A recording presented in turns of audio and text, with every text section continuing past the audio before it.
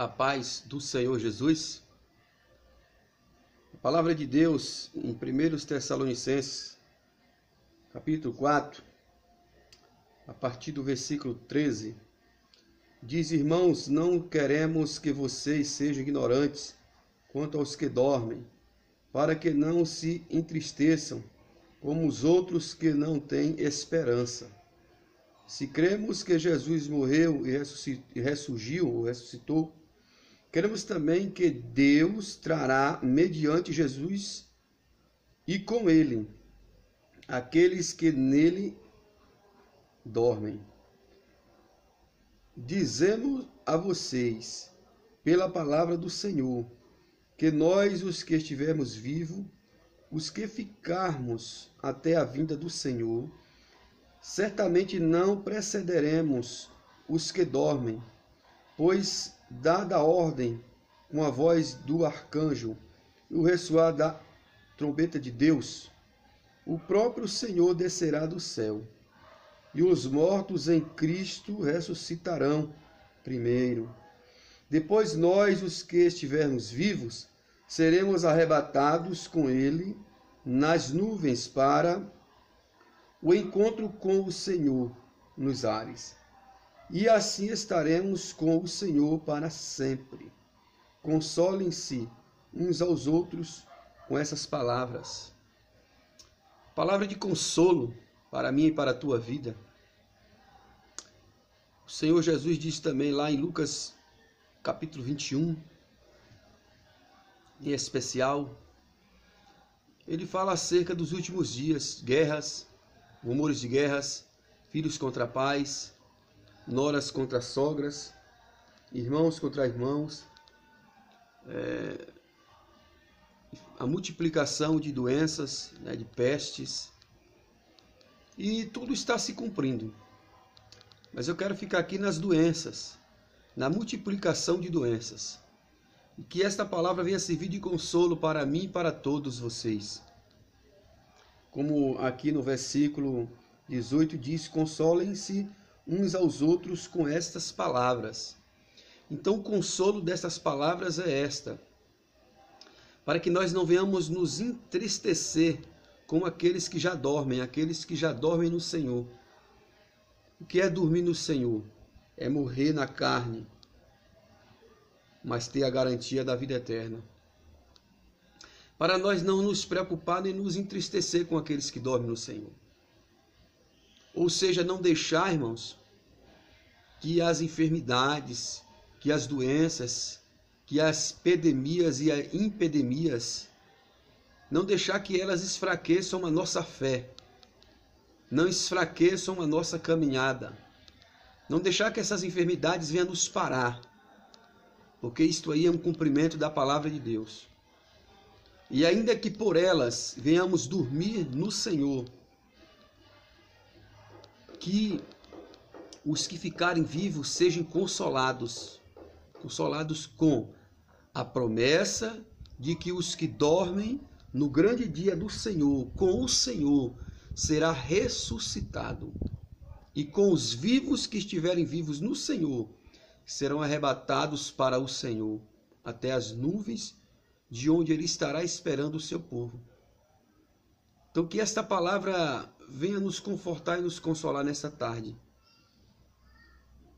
para que nós não venhamos ficar como os demais, como aqueles que não têm fé, como aqueles que não buscam o Senhor em espírito e em verdade, como aqueles que não estão na comunhão, preocupados, tristes, desarraigados, desanimados, com medo. Claro que nós temos que nos precaver, nós temos que nos cuidar, nós temos que fazer de acordo com o que as autoridades estão mandando, evitar estar em multidões, estar sempre lavando as mãos com álcool gel, estar sempre trabalhando com uma higiene ainda mais acessível em nossas vidas, tendo cuidado de não sair dos nossos lares desnecessariamente. Mas não podemos estar como o mundo, preocupados demais a ponto de parar de fazer a obra de Deus. Não podemos parar. Temos que seguir em frente pregando o Evangelho, orando, intercedendo. Eu recebi essa tarde uma caricatura, um panfleto, um folheto, que dizia assim: vacina contra coronavírus. E ali tinha fotos de muitas pessoas de joelho orando. Eu achei aquilo inteligente. Como servo do Senhor, eu achei inteligente aquilo. Porque não há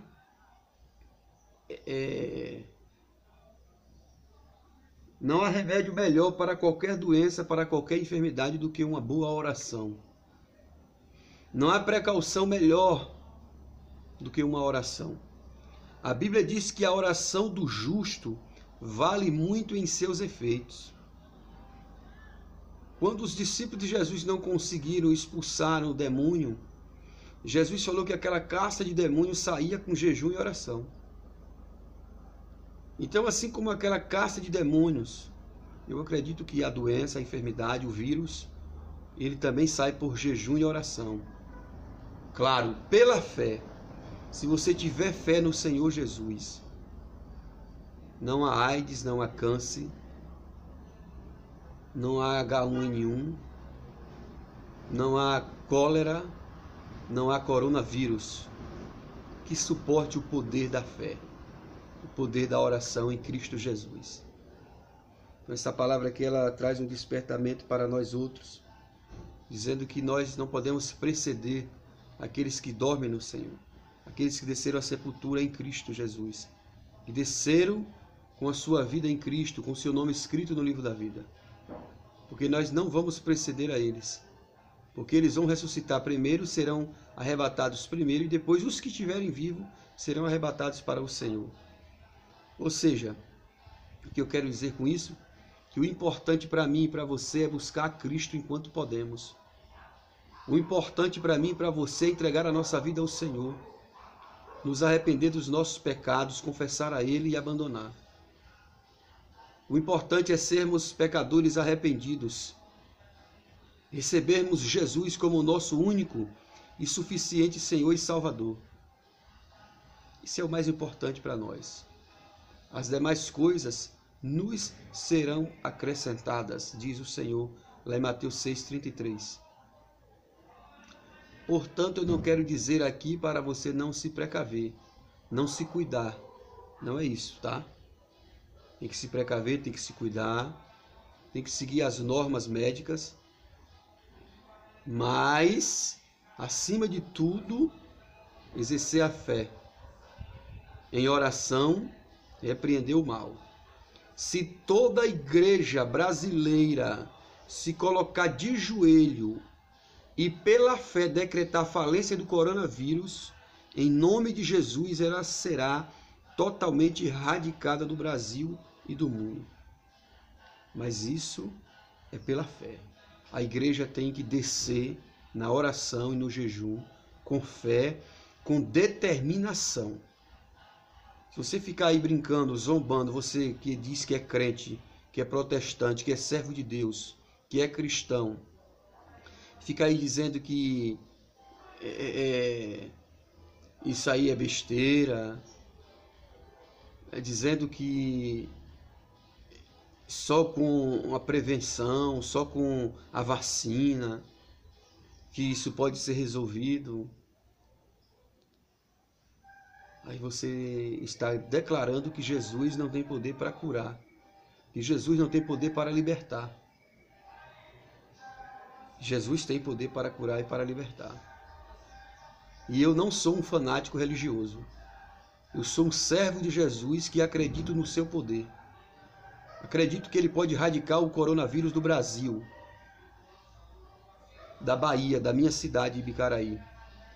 Eu acredito que Deus, o Todo-Poderoso, com o seu Filho Jesus Cristo, pelo seu Espírito, ele pode erradicar o coronavírus do mundo inteiro. Mas você, que crê e que tem fé, nós temos que unir forças em oração. Colocar nossa fé em ação, a nossa fé em prática. E com autoridade, repreender. Que Deus nos abençoe em nome de Jesus. Que Deus em Cristo fortaleça a nossa fé em nome de Jesus. E eu quero orar por você que está sem fé. E quero orar por aqueles que estão contaminados com essa enfermidade. Senhor, no nome do Teu Filho Jesus Cristo, Pai, eu levanto esta oração pedindo que o Senhor venha curar todos que estão de coronavírus. Em nome de Jesus, aumentar a fé daqueles que não têm. Amém.